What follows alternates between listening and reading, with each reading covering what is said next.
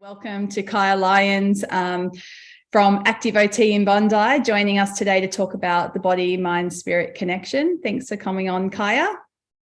Thank you for inviting me. Really excited. It's always good to have a chat. We've had many chats before on this platform and through the brunch and just in our everyday life. So welcome again and thank you. So you just recently did a workshop on the body, mind, spirit, and that was following one from, it was Arizona that you did that. Did I make that up? Arizona. Yeah. So tell me about, I guess, the origins of that and how it came about and how you ended up in Arizona doing it, and just a little bit about the workshop and the basis on that. Awesome. Yeah, I think it was a bit like a circle, Lee, really. It's sort of, I started early on in my childhood spending a lot of time on country and traveling around, and I think that I probably undervalued how important that was, and it sat in sort of my subconscious mind more than my conscious mind. And it wasn't until sort of later in my OT career, sort of 5-6 years in, that I went, there's just something missing from my practice and my, what I wanted to offer as part of OT. And that really sort of led me back to the aspects of nature and integrating nature and into practice, which evolved the dream of Camp Reset, where you take children off grid. And then from there, it's sort of like then weaved back into the beginnings of studying OT, and we talk about that model of body, mind, spirit. But I think either I skipped over it at that time, or it wasn't as deep in that time, where what does the body, mind, spirit actually mean in that model? And often I found that there's like this key focus on function and biomechanics, and a lot of the science was more that specific measurable. And when we look at, mind, spirit, body connection, some of it is not as tangible. It's much harder to actually really research because it's so individualized, but it has such significant value, which we're now seeing in neuroscience and the trauma-informed framework. So I sort of then thought, okay, well, it's coming out in neuroscience, it's coming out with psychologists that, CBT might you've got to add the body into it. And I was like, this is what we do as OTs. So I had a fantastic work colleague who said, Kaya, you have to present this to other people and make sure that OTs are recognised for the work that they're doing. So I took a brave move and, sort of put it out there, and was invited to the Attach conference in Arizona and went over and presented that. And then just recently I had a first-year occupational therapist come and work alongside us. And she said, Kaya, it's amazing that you're doing all of this, but you're presenting and sharing internationally. And what about us here in Australia? So I decided, you're right, and thought that, present in our local town of Sydney. Yeah. Awesome. It's funny you talk about how you had that connection earlier on, but it wasn't until late in your OT pathway that you kind of went, hang on a minute, this is what I've always sort of felt. And we've had that conversation about, for me personally, and I think you're the same, embodying the concept, because you were already, that's your lifestyle, but then bringing back the neuroscience and the research. Oh, that's what we do and why we do it. And that's how it feels. And I guess one of my questions, or one of the topics I wanted to talk about, was exactly what you brought up about how our whole philosophy as OTs is meant to be body, mind, spirit, and the interconnection. And yet, other than that chapter or that introduction we had at uni, I actually don't really see it that prominent, whether it be on social media, whether it be in practices, colleagues, the courses we go to, unless they're quite specific on these topics. It actually doesn't really come up. And I think I just wanted to sort of ask you, what on that note, what then does body, mind, spirit connection actually mean to you? Because I feel like it's been a little lost since my uni days, unless I've actively sought it out in the same way that you did when you realized, yeah, this is actually what it means. So I'd love to hear what body, mind, spirit connection means to you. Yeah, I mean, it's a difficult one, Lee, because when you first start the training, for me, doing it a while ago, I think that, you know, science was still very much that Darwinism, Freudian, and it's important that we do recognize the bias that we come from. When you're educated in any sense, that comes with a certain element of bias. And I think that early on there was this strong bias towards having to have it being measurable. And that really blocked, in my opinion, it stopped and created sort of a separation between body and mind, number one, like mind was separate to body in all of the training. And then spirit was over in sort of the Eastern medicine rather than Western medicine. And so we had sort of like these three really separated parts. And I think it all got really pulled apart. And a lot of study, and there's a lot of amazing things that came out of, you know, studies in body, study in mind, study in spirit, but it wasn't integrated. And as OTs, it's like, this is the integration. You know, I don't have a head that is separate to my body, and I don't have a spirit that is separate to my body and my mind. It all flows. So to me, body, mind, spirit is integration.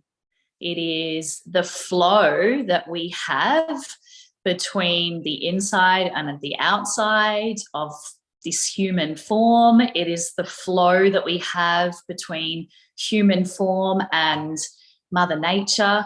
It is the flow that we have, heart, breath, mind, and how they are interchangeable with the emotions. And that links to, I mean, spirit, we can go into all different aspects. And I think when you mention that word, it comes with bias, so people can sometimes get pulled apart. But really, spirit is a sense of belonging to me, a belonging that you are a part of something greater than self. And, you know, I think in order to thrive as a living organism, and they've done amazing studies with trees and their root systems and how they actually work together. And we talk about that again in OT. It's like, yeah, you know, we need to socially connect and together. And that to me is like, you're connecting body, mind, spirit, and you're connecting in and around as one to create that sense of belonging. Yeah, I think, you know, where I'm up to, or where I've kind of evolved with my learning around it, has really come back to that sense of self. Like you just like, I really resonated with what you were saying then about that, when that body, mind, spirit's integrated well, you have that deep sense of self, but sense of who, not only who you are, but who you are in relation to the other people in your world, the physical part of your world. It's a real sense of ease almost. Whereas when it's not integrated well, or when things are out of balance, for want of a better word, there's so much more contrast. There's that agitation, that unsettledness. I guess that's the opposite to being grounded, essentially. So yeah, it makes so much sense. How does it evolve? I mean, how does a good body, mind, spirit connection evolve developmentally, or how should it evolve, or what's a good environment for that to evolve in? What do we look for? Yeah, it's an interesting, like, I feel that when we're looking at things again, we've got to be mindful we're not piecing it apart too much. You want to understand all of the details, but if you pull it apart too much, you lose that integration. So for me, if we look at river systems, right, and rivers flow into the ocean, and if you look at all of the different pieces of that system, you've got waterfalls, you've got slow running parts, you've got like fast running, you've got blockages, and then you've got this big open wide ocean. And we look at all of those and they all have different parts. And you would say, okay, well, that's slightly, different, or no, they're not the same thing, but they all are the same thing. And I think that that's how I would say, looking at how we understand developmentally as a human being, we start connected to the mother and grow within that. So that's one sort of piece. Then, you give your birth and you come out into this world, and you're still really reliant, but you're slightly separate, but you're still reliant on feedback from primary caregivers to let you know that you're safe and what's happening. So you've got this slight separation into your own being or your own body, I would say, but your mind and your spirit is still really interchangeable with primary caregiver. As you develop more strength and your sensory systems come online, I think with anything that, as you develop those things, you gain more confidence that you can survive, that my life source can survive outside of this container. And so I think that then as you explore that, you become a little bit more sure of who you are in your physical sense. And then you want to explore the world. And as you explore the world and interact with others and interact with other living things and interact with the environment, you're getting feedback. And the feedback can start to shift your story. And then you write this story of who you are. I should be doing this, I should be doing that, and I'm this, I'm that. Now that can work in a positive, like a way that really grounds and connects your sense of self, or it can take you far away and you can get anxious responses, depression, depending on the stories that you're telling yourself and the stories that are being told to you. So if we're looking at, secure sense of self, it's really, like you said, it's really a flow, that it's easy, that it flows between, you can feel that flow of your heart rate increasing and your mind's like, yep, it should be increasing because I'm going for a run. This is an okay feeling. It feeds back to your body and you're like, yep, I'm a part of this amazing run group. And so that's, I guess, that flow. And if there's not a flow between all of them, then I think that you're veering towards, well, what stories are we telling ourselves about who we are? And then can we actually shift some of those stories to reframe our sense of who we are so that we can reestablish the flow? That actually leads me to my next question, I guess, because one of your Instagram posts lately was when there's true body, mind, spirit integration, then there's healing. So tell me about that, because that's kind of where you're going with that. Yeah. I mean, I think that for me, we're often like, again, the shoulds, the have tos, and with all of the self-help, it's like, I've got to do that as well, and mindfulness and positive thinking.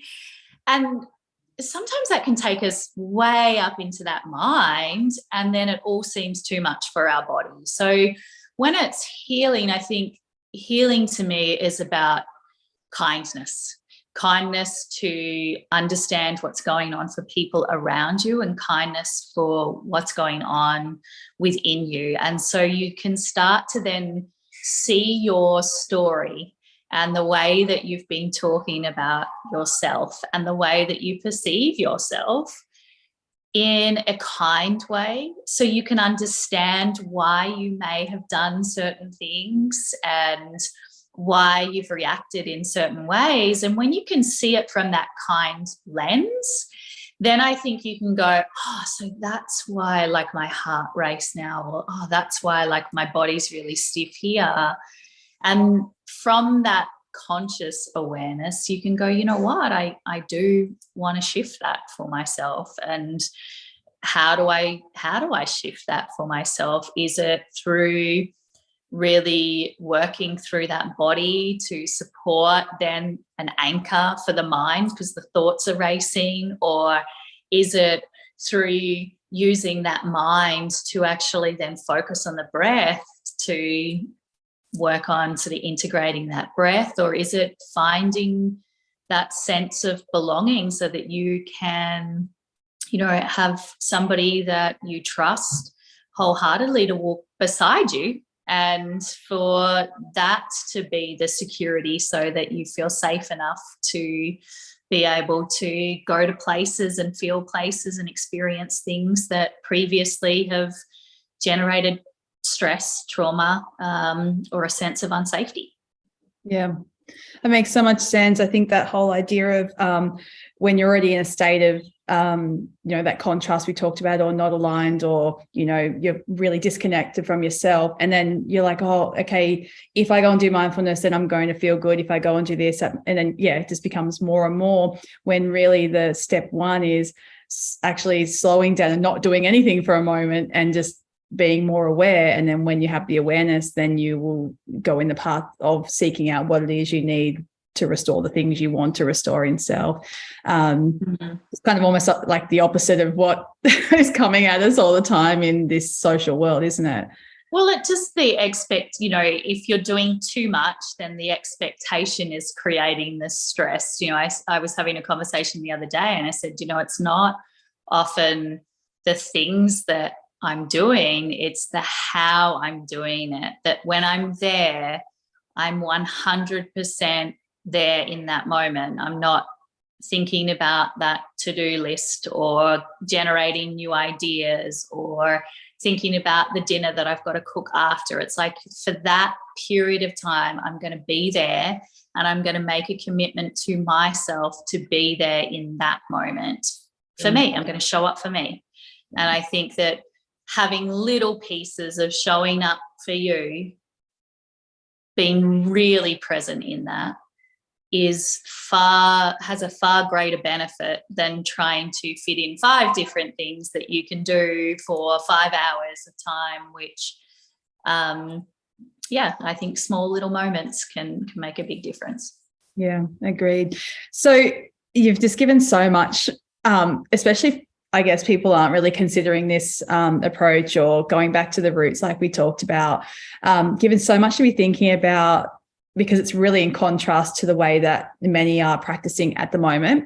But if people were to hear this and resonate and think, oh, I'd like to sort of be knowing more, what would step one be in starting to, I guess, revisit the things we did? That is our philosophy, that is our background as OTs. What would the very one tip or one very first thing you would recommend doing? I think, to me, the number one tip is go out and explore things for yourself. Take away the pressure of having to know or do it in a certain way, and really experience things. So, if we talk about function, it's like, okay, well, go and weave, learn a new skill, do some art, like go out and try and do a cartwheel. So choose something that might be a little unfamiliar and try it. And when you try it, be present in that moment and think about the different aspects that as OTs we, are encouraged to think about. How does it make your body feel? How does your mind feel after? How did your emotions shift pre and post? And really reflect on what it was like for you in those moments, and try a range of different things and reflect. Because I think that when we feel it in our bodies and our minds and our spirit, then we start to notice body, mind, spirit in other individuals, and then we can share, and then we can reflect, and then you can layer all of the aspects on top of that. So that's where I'd start. Oh, say no more. Such a good recommendation. I think it's funny, I always talk about this, but when I was trying to learn the NDT concepts, I'm sure you remember, and I was like, I just can't see it. I can't get my head around this because I just didn't embody it. And so I would, and still do, put myself into the postures of what I'm seeing. So I would be like, well, if I was in that posture, what would I because it hurts and it feels uncomfortable. I can't breathe and I can't even get into some of the postures that some of the kids are in. And then, what would I need to feel better in that, or more aligned, or not tight, or not losing my breath? And it was such a helpful way to, even on a small level, start to just consider, embodying some of the learning rather than trying to just teach myself theoretically or go to all the courses. And it's perfect. Absolutely. Yeah, you can piece together the science sort of as you go, but to really feel it gives you a concrete place to start to understand from an empathetic place. And all of the research now is highlighting the importance of that connection between two individuals through empathy. Just that, like you said earlier, that walking the journey side by side as two individuals in a safe space. So 100%. Thank you so much for coming on and joining me and sharing that. I think, there is that motivation to kind of just go back to what we do and what we know that we've kind of drifted from because of some of these other, even like the goal setting world that we're in now, functional goals and everything. Reports have to be functional. Everything's all about that. And you kind of lose that self-awareness in that time. So I appreciate, you coming on and sharing today about those things. It's not to devalue the things that we've learned, Lee, in between and the goals and aspects, but it's balance. Yeah.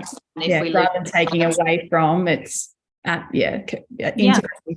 those circles back together. Body, mind, spirit have to come back together. Thank you so much. Thanks, Lee. Take care. You too. Bye.